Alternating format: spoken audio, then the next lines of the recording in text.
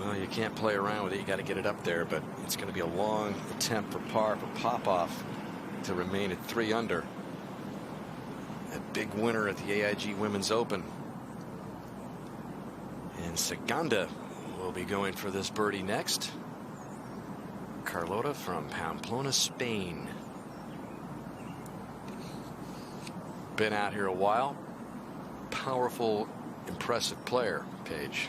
Yeah, and she's really creative, which I think differentiates her from other players. She's got great hands. She has a lot of great short game shots in her arsenal. Oftentimes nicknamed kind of the Sevi of the LPGA right now. Well, she looks that over. We head over to 15 for Saso's second, Kay. After a beautiful drive. Just 151 yards left. This hole 35 paces on. Back toward the back part of the green. And Saso could be moving herself into a tie with Olsen if that drops. And back to Saganda at 18.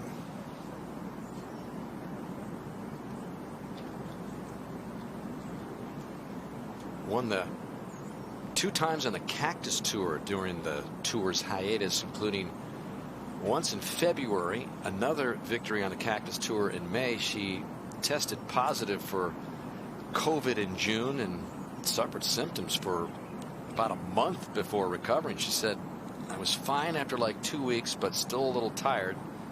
Said she was forgetting things. Her memory wasn't great, but then started working out slowly. After like 2 weeks, but still a little tired. Said she was forgetting things. Her memory wasn't great, but then started working out slowly and finally made her way back out of it. But she said it was tough on my body for sure. Finished tied for 3rd at the KPMG Women's PGA Championship. And on top of that, Dan, she actually has the most strokes gained total per round at the U.S. Open in the last 3 years. Man, there's something about this championship that brings out some of the great things in Carlota. And she just improved on that with a bomb at the last for a birdie. That's 4 birdies in the last 6 holes for the Spaniard to get in at even. What a great start, +3 opening 9, and then bam. The other point to make is that Sophia Popov also won on the Cactus Tour during the COVID break and played well mini tours in that time. Leaned on those wins, in fact, during her AIG Women's Open win. So you never know. Getting W's and wins can translate no matter where you get them. Well, you mentioned Popov winning that Women's Open. Just a huge inspirational win. Won $675,000 for the first place money prize. She said when the funds were deposited in her bank account a few days later, she said, it feels like something illegal is happening on my account. When you think about quitting the game because you don't have enough funds to travel and chase your dreams anymore, and then that happens, and then you get a deposit like that for 6 figures, you're thinking, is it really happening? It's kind of when it was for her. And here she is at the biggest championship of all. Right there again, at least after the opening day. Well, and that's the thing, too. It's not been just 4 impressive days from Sophia. She's translated that onto full-time on the LPGA Tour and played well. That was tracking, too. Oh, man, was that close. So, unfortunately, a bogey for Popov, but still, birdies at 16, 17, and then nearly the par save. But yeah, you don't want to be, you don't want to like realize your dream and then be one of those flash in the pans, right? No, and a lot of times it's just the moment's so big and all of a sudden the expectations have changed and you look at yourself differently and people look at you differently, and she's been grounded in such a way that she always believed that about herself. So she's been able to... Yeah, again, missed the fairway, and this has been her problem all day. You wouldn't be able to tell where that's gone, but I think she likes it. Too bad. Trying to hang on another foot, and that would have gone off the green. That's what she's got left. Huge putting surfaces, aren't they? It's amazing. I didn't realise they were this big, but they really are something. there's hardly any topography here. It's a very, very flat golf course. And the only real movement is when you get around the greens. So the firmer they get, the tougher it'll be. Since then, at +6.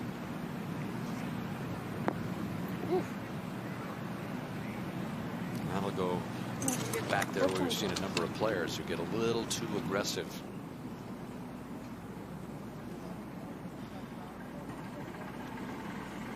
All right, NellyKorda is next. Really one of the rising superstars in this game. Mentioned that she's the highest ranked American in the Rolex rankings at #3. But not happy with this approach. Sit. And that will be interesting. Probably a little wedge coming up for Nelly. And now we've got Saso over at 15 for birdie to tie Amy Olsen on top. Yeah, this no more than 12 feet, not much break. Oh, boy, she rolled that beautifully again. But that went by a good 2.5 feet. No gimme. Over to Tom and his Jackrabbit course. This is Mori Jutanagan for birdie. Coming back down the hill and just needs to ease up the pace, but it's going to be fine. I had a tweet earlier, Dan. Somebody said to me, why does he keep calling you Jackrabbit? Could be your new nickname. Back here at 15, got Corpus, the amateur for par. Yeah, this she had to hit a good bunker shot from the green that's short, or from the bunker short of this green. Just a few too many mistakes on this back nine. She's played a lot of USGA championships in her young years. A lot of girls juniors, women's am, pub links. Yeah, she played in the 2008 U.S. Women's Amateur Pub Links, K, at age 10. My goodness. What were you doing at 10, Dan? Oh, I wasn't playing in any big golf tournaments. Korda for birdie at 9. Nicely done. That's Jessica. In at +1. Back over to 15 for par now. She got by the hole a little bit. Saso safely in. Dan, interesting, I found out from one of the commentators, Japanese commentators, she's been working with Jumbo Ozaki on her game. He helps a lot of the young players, not only on the full game, but also on the mental side, how to become tougher mentally. So Saso staying at 3 under and back over to Jackrabbit Abbott. Knew that was coming. Maria Jutanagan to finish up her round. And it's a good way to start the championship for the player ranked 48th in the world. Couldn't play in the Pelican Women's Championship a few weeks ago because she tested positive for COVID-19. So good to see her back healthy and playing well. All right, here's the wedge we were talking about that Nelly would be forced to play from her angle at 18. And look at this. So good. You know, she had a WD from the KPMG Women's PGA 8 weeks ago because of the back injury. But leading into that, she'd been playing so good. 3 top 5 finishes. It was on such positive momentum. Yeah, moral of the story, don't try to loosen up your back by getting it cracked on the golf course, what she said she did. Her back was a little stiff. She tried to crack her back, or I don't know if somebody else did it, and then she like tweaks it and she's out. And it just lingered. A freak kind of thing. You know, her mom was a fabulous tennis player as well. We talked about her father, Peter. Her mom, Regina, also was, but did have a back injury. So I know that family-wise, she was being cautious. So just started practicing 12 days ago, but she said it's great to be pain-free again. And there's that little dormant, rough lie for Hee-Jong Lim. That looks like it's... I didn't quite have enough on it. It had the right idea. Because it will run by if you get a little bit too frisky. Back at 16 for Saso. Just 139 yards again, the par 3, the hole that Amy Olsen aced earlier. That looks like a pretty good line right there. Dialed in. That'll work. It'll leave a little tricky putt, but really dialed in nicely. And back over at 18, a combination of Tim Tucker and Lexi Thompson looking over this long birdie attempt. +2 Lexi is, got off to the rough start. Has really played some pretty good golf since then, 1 under.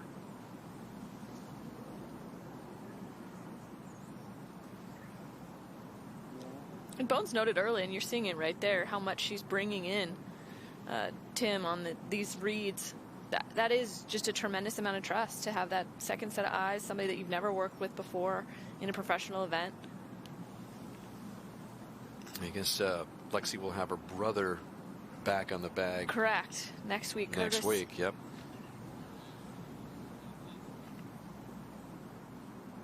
And she is in the search for a long-term caddy.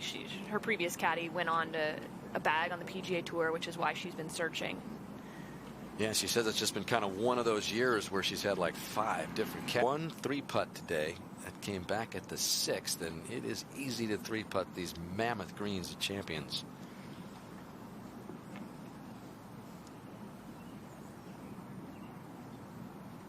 That 3-putt at 6 provided one of the 3 bogeys, and that one is going to be another one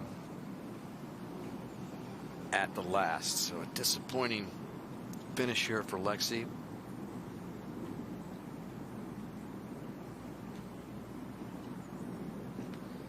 Over at the 9th, the par 5. This was just earlier Ryan O'Toole's 3rd shot. Coming off a rough stretch of 3 bogeys in the last 3 holes until that nice shot there, which put her into birdie position to get in at +2. And now back over at 18, limb for par.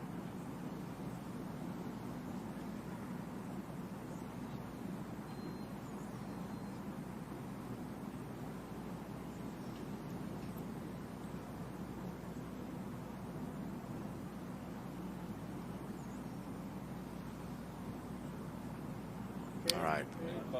Nice hole out there to kind of limit the damage coming home after those 2 doubles and a pair of bogeys on this second 9. And this one just got in on these well manicured greens, Paige. Yeah, and they said they won't have to likely replace any of the hole locations. Again, the players that played Jackrabbit will be back on this golf course tomorrow. But you can see the edges of the cups still in good shape.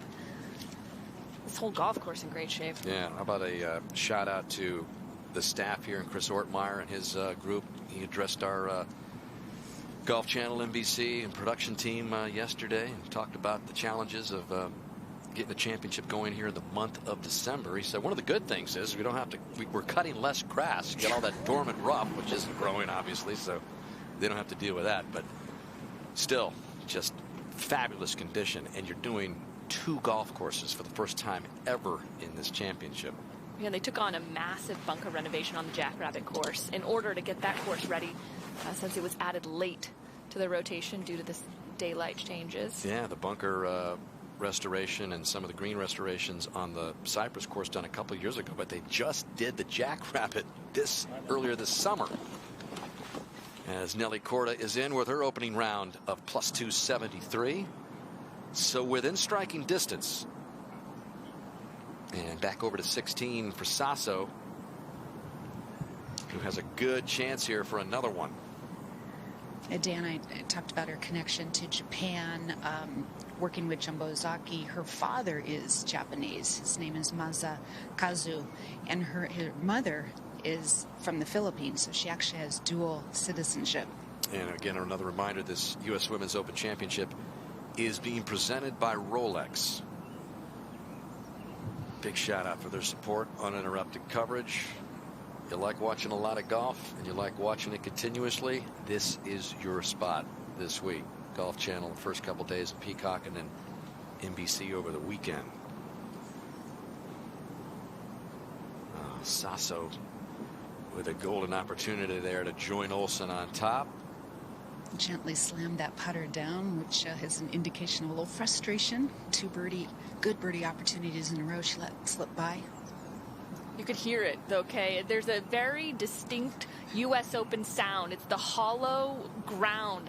You drop a ball, you put your putter down. It's such a distinct sound that you get at this major championship. Tom. This is Ali Ewing, formerly Ali McDonald, but started using her married name last week at the Volunteers of America Classic and knocking that one in for a birdie. And she's around in 73, which isn't too bad. 73 in a decent day tomorrow, and in with a chance to make an attack over the weekend. So as we take a look at the first page of the leaderboard, you'll notice Moria Jutanagan has had her scoring corrected there. We thought she was 2 under par. In fact, she posts a round of 3 under, so just gets better for Moria Jutanagan there. She's only 1 behind Amy Olsen. As we look further down, Jarina Pillar, Charlie Hull on the first page of the leaderboard. Just heard from Sophia Popov and what an incredible year it has been for her, and it continues here at a major championship. Jodie Hewitt-Shadoff struggling with some injuries this year, but off to a good start. Inbee Park lurking away after a 71 alongside Christy Kerr. Question marks over whether Christy was even going to tee it up in the championship this year, and she's rounding level par. AJ Fant. Should be a great fight. Back to the 18th. 3 over par. Final hole. And work to be done on day 2 for Mel Reid. 4 over par. Now, just watch this golf swing, Laura Davis. Tell me what you think of this. Very solid, gets after it, whips through that one if she likes it. Beautiful swing, that. That's as good as it gets. Flushed it right down the middle. Yeah. Wasn't worried about the water. I'm going to say, that water might have got my attention. I might have been further down the right. Interesting shaped bunkers, the way they've been designed. And it matches perfectly the green designs with the little greens within greens. They're so big, but there are corners they can tuck the flags away. That was pretty good out of there. She had a decent lie, but made full use of it. This is Ji Young Kim 2. Seen Jong Eun Lee 6. Well, there are a couple of players named Ji Young Kim, so they are differentiated by a number. That's why they have the number alongside their names. And here comes Sawanapura up at 18 for birdie. Jasmine had a rough start. 4 bogeys in the first 5 holes for her before she kind of settled down and should be able to coax that in for par for an opening round 76. And back at the 9th, this is Anna Belatz finishing up at this par 5.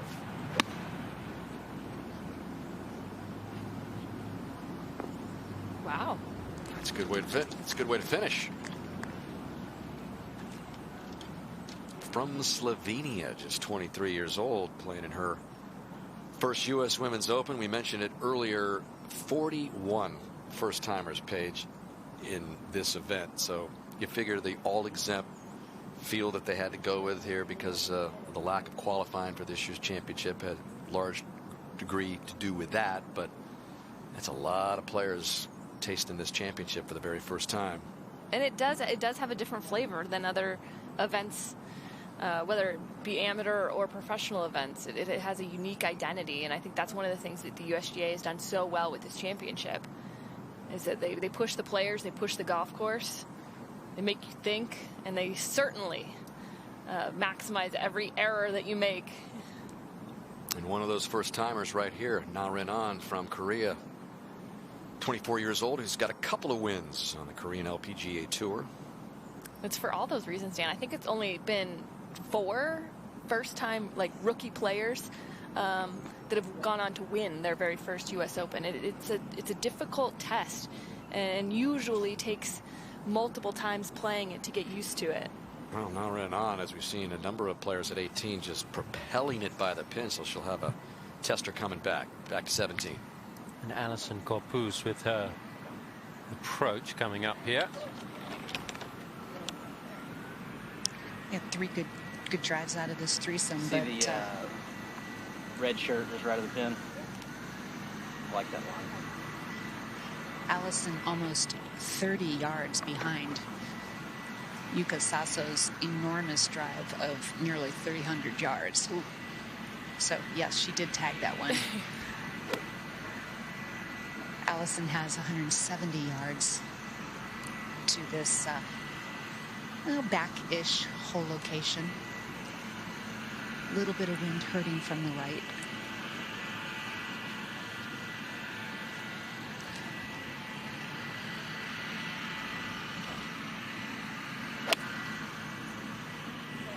Pulled that one a bit. Careful, you don't want to go too far left here. There's a penalty area there. That is going to find the penalty area. There it is. And you can't see that from the fairway. You can't. You think, well, it might be okay, and then you get up there and there's no ball to be seen. So we haven't seen too many in there today. There's been a few, but it is a little bit of danger lurking behind the green. Young Park. 6-iron for Young, and this going right at it. Aggressive play. Yeah, that's going to run to the edge of the green, but it's not going to have enough pace to flirt with the penalty area. So good to look at birdie back up the hill. And now YukaSaso. Like I said, nearly basically a 300-yard drive, 109 yards to the front, 141 to the hole.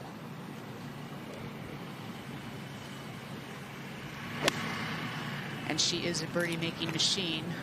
As I mentioned earlier, led the birdie average on the JLPGA Tour, and she's been sticking it pretty tight on this back nine, but hasn't made